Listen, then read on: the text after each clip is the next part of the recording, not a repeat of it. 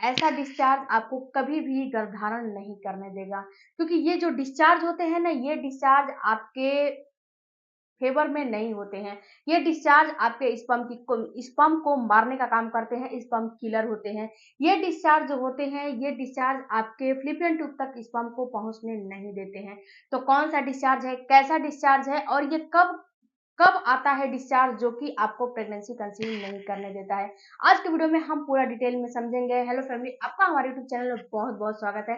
Friends, अगर channel पर नए होंगे तो चैनल को सब्सक्राइब जरूर कीजिएगा, बेल आइकन प्रेस जरूर कीजिएगा, ताकि जब भी जैसे भी वीडियो अपलोड हो नोटिफिकेशन आपके पास चला जाए। और हाँ फैमिली, आप लोग जो है बहुत सारे कमेंट आते हैं, उसका रिप्लाई नहीं दिया जाता है, नहीं दे पाती हूँ। तो आप लोगों को अगर हमसे बात करना है तो जो बगल में ज्वाइन का बटन दिख रहा है ना, अगर आप हमारे ज्वाइन बटन को ले लेते हो, हमारे मेंबर बन जाते हो, कम्युनिटी के मेंबर बन जाते हो, मेंबरशिप ले लेते हो, तो आपका रिप्लाई जरूर मिलेगा और आपसे बात भी किया जाएगा लाइव टू लाइव।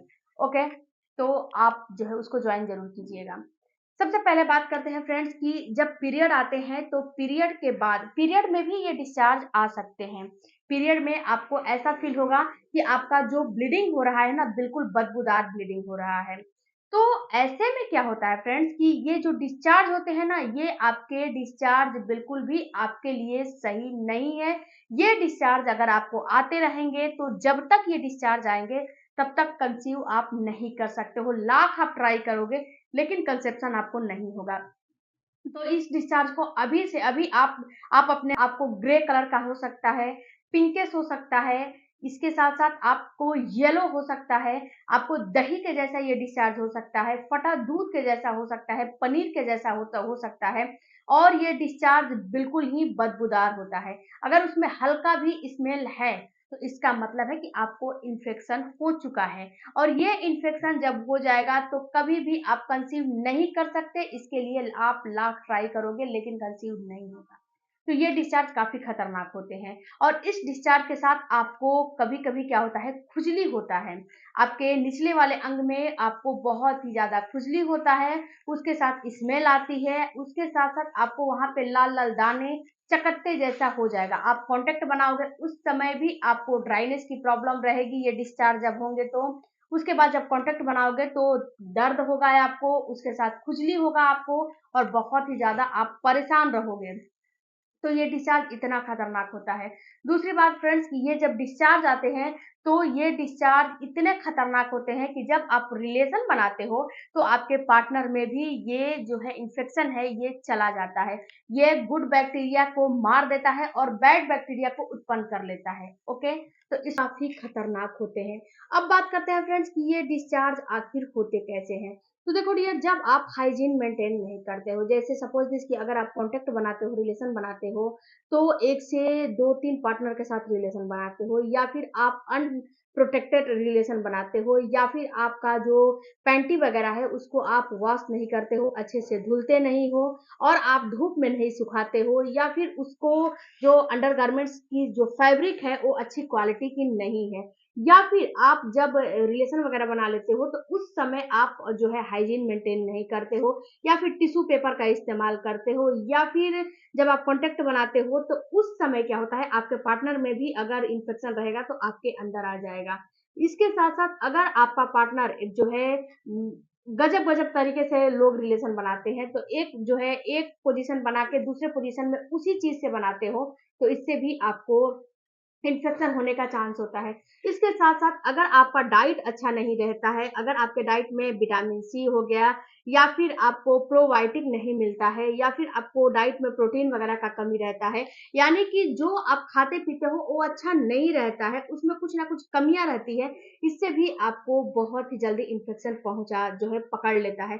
उसके साथ-साथ अगर आपको अभी बेबी हुआ है, यानी कि डिलीवरी हुआ है, उस समय आपकी बॉडी थोड़ा-सा वीक हो जाती है, तो उस समय अगर आप कोई जो है इधर-उधर काम कर लेते हो, यानी कि अनहाइजीनिक तरीके से कुछ भी कर लेते हो, उस समय भी आपको बहुत ही ज़्यादा इन्फेक्शन हो जाता है। पीरियड में रिलेशन बना लेते हो, इससे भी आपको इन्फेक्शन की प्रॉब्लम होने लगती है, क्योंकि पीरियड के फ्लो में कभी भी पीरियड का फ्लो आता है, उस समय आपको कॉन्टैक्ट नहीं बनाने चाहिए, चाहे जितना भी आपको ज़रूरी हो।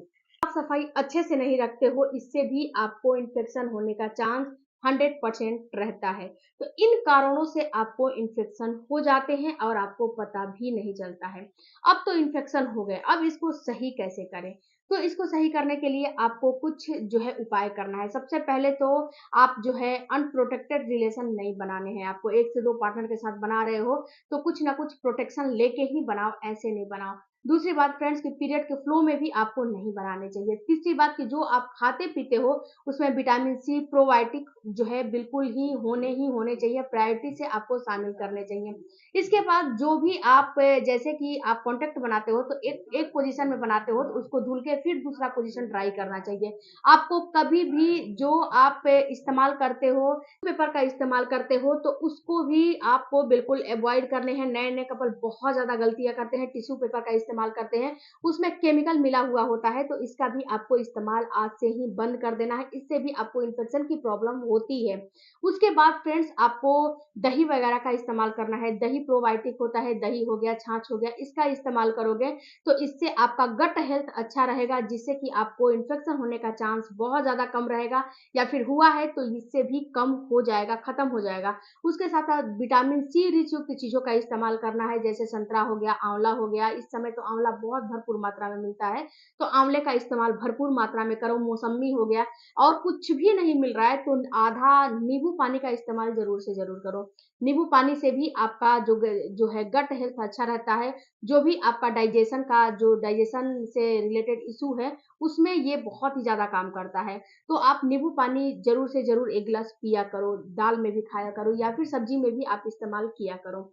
उसके बाद आपको लेने हैं 1 गिलास पानी, उसमें क्या करने हैं, आपको गैस पे चढ़ा देने हैं, उसमें डालने हैं अजवाइन। अजवाइन को डाल दो, अजवाइन का पानी का इस्तेमाल करो, अजवाइन को बॉयल कर लो, जब वो आधा रह जाए, तो उस पानी को सुबह-सुबह खाली पेट गुनगुना पानी को हल्का-हल्का पीना है आपको। उसके साथ उसमें आप मेथी और तेजपत्ते का भी आप उसमें डाल सकते हो, उसका भी इस्तेमाल कर सकते हो, उसका भी आप चाय बना सकते हो। इसमें चाय पत्ती और चीनी और दूध का इस्तेमाल आपको नहीं करना है। उसके बाद आपको जो अगला काम करने हैं, आपको लेने हैं अजवाइन का पानी। एक बड़ा-सा कोई भी बर्तन ले लो, उसमें जो है थोड़ा-सा अजवाइन डाल दो और जब वो बॉयल हो जाए तो एक जो है शीशे का जार में आप उसको भर के रख लो छान के, आपको रख लेने हैं और जब भी आप बाथरूम टॉयलेट का इस्तेमाल करते हो तो अपने निचले अंग को उसको धुलने से भी आपका जो इन्फेक्शन की प्रॉब्लम है वो दूर होता है। अगर उससे आप जो है बार-बार इन्फेक्शन हो रहे हैं, रिपीटेड इन्फेक्शन हो रहे हैं, तो उसका आप इस्तेमाल कर सकते हो या फिर नीम की पत्ती का भी पानी का इस्तेमाल कर सकते हो। और जो भी आप सोप वगैरह लगा रहे हो, साबुन वगैरह लगा रहे हो, तो आप जैसे कि फैमिली होते हैं तो एक ही साबुन से सब लोग मतलब कि उसको यूज़ करते हैं, तो आपको इन्फेक्शन की प्रॉब्लम है तो अपने लिए आप थोड़ा-सा एक्स्ट्रा केयर करने की ज़रूरत है। उसके साथ जो भी आप अंडरगारमेंट्स पहनते हो, वो बिल्कुल कॉटन के होने चाहिए, उसका फैब्रिक बिल्कुल अच्छा होने चाहिए और जब धुलते हो तो उसको डायरेक्ट सूर्य की किरणों में सुखाना चाहिए और आपको डिटॉल में उसको वॉश करना चाहिए। क्योंकि उसको लाख आप धुल लो लेकिन उसपे बैक्टीरिया रहता है। जब डिटॉल में वॉश करोगे और जब आप सूर्य की किरणों में सुखाओगे तो उसमें की बैक्टीरिया खत्म हो जाती है। उसके साथ फ्रेंड्स आपको जो अगला काम करना है, अजवाइन की धुनी लेना है। अजवाइन की धुनी में भी बहुत ज़्यादा काम करता है ये। अजवाइन की धुनी को क्या करना है कि जो गोबर का कंडा आता है ना, उसको जला लेने हैं। जलाने के बाद आप उस गोबर के कंडे को कहीं ऐसे बर्तन में रखो जैसे कि तगाड़ वगैरह होता है ना, उसमें रख लो और कम्बोर्ड पे रख लो। उस तगाड़ को कम्बोर्ड में डाल दो और उसपे अजवाइन डाल के और अपने निचले अंग को वहाँ पे कम्बोर्ड पे बैठ के उसको धुनी लो। ये बहुत ज़्यादा आपको काम करता है फ्रेंड्स। हफ्ते में 1 से 2 दिन भी करोगे तो ये बहुत ज़्यादा काम करेगा और थोड़ा स्ट्रेस फ्री रहो और अगर रिपीटेड आपको इन्फेक्शन की प्रॉब्लम हो रही है हस्बैंड वाइफ दोनों को, तो सबसे पहले अपने डॉक्टर से कंसल्ट करो। अगर क्रॉनिक हो जाएगा रिपीटेड इन्फेक्शन अगर पीआईडी के रूप ले लेगा, क्रॉनिक हो जाएगा तो ये आपको आगे चल के बहुत ज़्यादा दिक्कतें करने लगेगा। ये क्या करेगा अगर बार-बार इन्फेक्शन होगा, रिपीटेड इन्फेक्शन होगा, क्रॉनिक इन्फेक्शन हो जाएगा, पीआईडी हो जाएगा तो ये आपके बच्चेदानी के ऊपर छाले बना देगा, उसके साथ-साथ ये आपके ट्यूब को ब्लॉक कर देगा, यानी कि इससे बहुत ही ज़्यादा आपको नुकसान हो जाएगा। ये छोटा-सा इन्फेक्शन इतना बड़ा रूप ले लेगा कि आपको पता भी नहीं चलेगा, अगर आप इसके ऊपर गौर नहीं करोगे, इसके ऊपर ध्यान नहीं दोगे। आई होप फ्रेंड्स कि ये वीडियो आपके कुछ काम का लगा होगा, अगर कुछ काम का लगा है, चैनल को सपोर्ट कीजिएगा, सब्सक्राइब कीजिएगा, लाइक कीजिएगा, बेल आइकन प्रेस ज़रूर कीजिएगा ताकि जब भी जैसे भी वीडियो अपलोड हो नोटिफिकेशन आपके पास चला जाए। मिलते हैं अगले वीडियो में, तब तक धन्यवाद। Thank you.